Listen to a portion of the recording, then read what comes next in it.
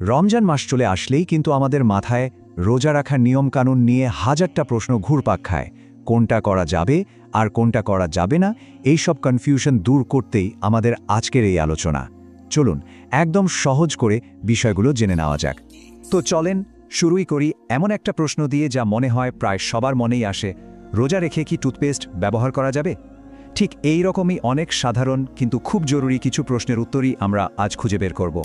তবে এই সব নিয়মকানুনের গভীরে যাওয়ার আগে চলুন আগে একটু বুঝে নিই যে রোজার আসল উদ্দেশ্যটা কি। কোরআনে বলা হয়েছে রোজার মূল লক্ষ্য হলো তাকওয়া অর্জন করা, মানে আল্লাহকে নিয়ে সবসময় সচেতন থাকা। এই তাকওয়া বা আল্লাহর সচেতনতার পুরো ধারণাটা আসলে এই একটা বাক্যেই লুকিয়ে আছে। এ নিয়ে খলিফা ওমর ফারুক রাদিয়াল্লাহু তাআলা আনহুর একটা অসাধারণ ঘটনা আছে। তিনি একবার গভীর রাতে শুনলেন এক মা তার মেয়েকে দুধে পানি মেশাতে বলছেন, কিন্তু মেয়েটি রাজি হলো না। তার একটাই কথা, খলিফা ওমর তো দেখছেন না, কিন্তু ওমরের রব আল্লাহ তো দেখছেন। এই যে অনুভূতি, এই যে সচেতনতা, এটাই হলো তাকওয়া, আর এটাই রোজার মূল ভিত্তি। আজকের আলোচনায় আমরা ধাপে ধাপে এগোব। প্রথমে জানব কাদের জন্য রোজা রাখার বাধ্যবাধকতা নেই। তারপর দেখব ঠিক কোন কোন কাজে রোজা ভেঙে যায়। এরপর কিছু কমন কনফিউশন নিয়ে কথা বলবো, আর সবশেষে পুরো বিষয়টা আরেকবার সংক্ষেপে বুঝে নেব। চলুন তাহলে আমাদের প্রথম পর্বে আসা যাক। দেখুন, ইসলামের রোজা রাখাটা ফরজ, মানে আবশ্যক, কিন্তু আল্লাহ তাআলা কিছু বিশেষ অবস্থায় থাকা মানুষের জন্য ছাড়ও দিয়েছেন। তার মানে রোজা না রাখার জন্য কিছু বৈধ এবং আল্লাহর পক্ষ থেকেই অনুমোদিত কারণ রয়েছে। তো কারা কারা এই ছাড় পেয়েছেন? যেমন ধরুন অপ্রাপ্ত বয়স্ক শিশু, অসুস্থ ব্যক্তি, কিংবা যারা লম্বা সফরে আছেন। এছাড়াও খুব বয়স্ক মানুষ, গর্ভবতী বা স্তন্যদানকারী মা এবং আরও কিছু শ্রেণীর জন্য এই ছাড় রয়েছে। তবে এদের বেশিরভাগের জন্যই নিয়মটা হলো যখনই তারা সক্ষম হবেন তখনই এই ছুটে যাওয়া রোজাগুলো পূরণ করে নিতে হবে। এই যে আমরা বললাম পরে রোজাগুলো পূরণ করতে হবে, ইসলামে এটাকে বলা হয় কাজা।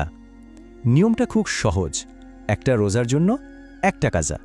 মানে অসুস্থতা বা ভ্রমণের জন্য যদি দুটো রোজা ছুটে যায়, তাহলে পরে দুটো কাজা রোজা রাখতে হবে। কিন্তু এমনও তো অনেকে আছেন যারা হয়তো আর কখনোই রোজা রাখতে পারবেন না, তাই না? যেমন খুব বয়স্ক বা এমন কোনো রোগে আক্রান্ত যা সারার কোনো সম্ভাবনা নেই। তাদের জন্য বিকল্প ব্যবস্থা হলো ফিদিয়া।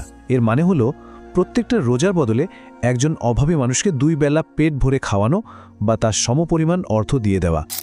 আচ্ছা, এবার আসা যাক আমাদের আলোচনার সবচেয়ে গুরুত্বপূর্ণ অংশে। ঠিক কোন কাজগুলো করলে একটা রোজা বাতিল হয়ে যায়। আর এখানে সবচেয়ে জরুরি বিষয়টা হলো ইন্টেনশন বা নিয়ত। দেখুন, বেশ কিছু কাজ আছে যা রোজা ভেঙে দেয়, যেমন জেনে শুনে বা ইচ্ছাকৃতভাবে কিছু খাওয়া বা পান করা, শারীরিক সম্পর্কে জড়ানো বা ধূমপান করা। কিন্তু একটা জিনিস মাথায় রাখা খুব জরুরি, যদি কেউ ভুলে কিছু খেয়ে ফেলে, আল্লাহ তাকে ক্ষমা করেন। কিন্তু যদি কেউ ইচ্ছাকৃতভাবে রোজা ভাঙে, তার পরিণতি কিন্তু বেশ গুরুত্বপূর্ণ। এই যে বললাম, ইচ্ছাকৃতভাবে রোজা ভাঙলে পরিণতি গুরুতর হয়, সেই গুরুতর শাস্তিটাকেই বলা হয় কাফফারা। এটা কিন্তু সাধারণ কাজা রোজার মতো নয়, এটা একটা অনেক বড় পেনাল্টি। এই স্লাইডটা দেখলেই কিন্তু পুরো ব্যাপারটা পরিষ্কার হয়ে যাবে। দেখুন, অসুস্থতার মতো বৈধ কারণে রোজা ভাঙলে কাজা করতে হয়, মানে একটার বদলে একটা। কিন্তু কোনো কারণ ছাড়াই ইচ্ছাকৃতভাবে রোজা ভাঙলে কাফফারা দিতে হয়। আর তার মানে হলো একটানা 60টা রোজা রাখা, যা প্রায় অসম্ভব একটা ব্যাপার। আচ্ছা, এবার আসা যাক সেই সব প্রশ্নে যেগুলো নিয়ে আমাদের মধ্যে সবচেয়ে বেশি কনফিউশন তৈরি হয়। দৈনন্দিন জীবনের নানা টুকিটাকি কাজ, কোনটা করা যাবে আর কোনটা যাবে না, চলুন বিষয়গুলো পরিষ্কার করে নিই। রমজান মাসে এই প্রশ্নটা বোধহয় সবচেয়ে বেশি শোনা যায়, বিশেষ করে যাদের কোনো না কোনো চিকিৎসা চলছে, তাদের জন্য এটা জানা খুব জরুরি। ব্যাপারটা আসলে খুব সিম্পল। যে ইনজেকশনগুলো শরীরে কোনো পুষ্টি বা শক্তি যোগায় না, যেমন ধরুন ব্যথানাশক, অ্যান্টিবায়োটিক বা ভ্যাকসিন, সেগুলো নিলে রোজার কোনো ক্ষতি হয় না। কিন্তু যে ইনজেকশনগুলো সরাসরি খাবার বা শক্তির বিকল্প হিসেবে কাজ করে, যেমন স্যালাইন বা কোনো ভিটামিন ইনজেকশন, সেগুলো নিলে কিন্তু রোজা ভেঙে যাবে। আরেকটা কমন ভয় হলো যদি কোনো কারণে শরীর থেকে রক্ত বের হয়, ধরুন নাক দিয়ে রক্ত পড়ল বা ব্লাড টেস্ট করাতে হলো কিংবা দাঁত তুলতে হলো, তাহলে কি রোজা থাকবে? এর সহজ উত্তর হলো না, এতে রোজা ভাঙে না। অল্প পরিমাণে রক্ত বের হলে, যেমন রক্ত পরীক্ষা বা দাঁতের চিকিৎসায়, রোজার কোনো সমস্যা হয় না। তবে হ্যাঁ, যদি রক্তপাতের পরিমাণ এতটাই বেশি হয় যে শরীর একেবারে দুর্বল হয়ে পড়ে, সেটা অবশ্যই একটা ভিন্ন পরিস্থিতি। যাদের হাঁপানি বা অ্যাজমার সমস্যা আছে, তাদের জন্য এটা খুবই গুরুত্বপূর্ণ একটা প্রশ্ন। এখানে আসলে ইনহেলারের ধরনের ওপর ব্যাপারটা নির্ভর করে। যে পাফার ইনহেলারগুলো শুধু চাপ দেওয়া বাতাস বা অক্সিজেন স্প্রে করে সেগুলোতে রোজা ভাঙে না, কিন্তু যে ইনহেলারগুলো পাউডারের মতো ছোট ছোট কণা বা কোনো পদার্থ সরাসরি ফুসফুসে পৌঁছে দেয় সেগুলো ব্যবহার করলে রোজা ভেঙে যাবে।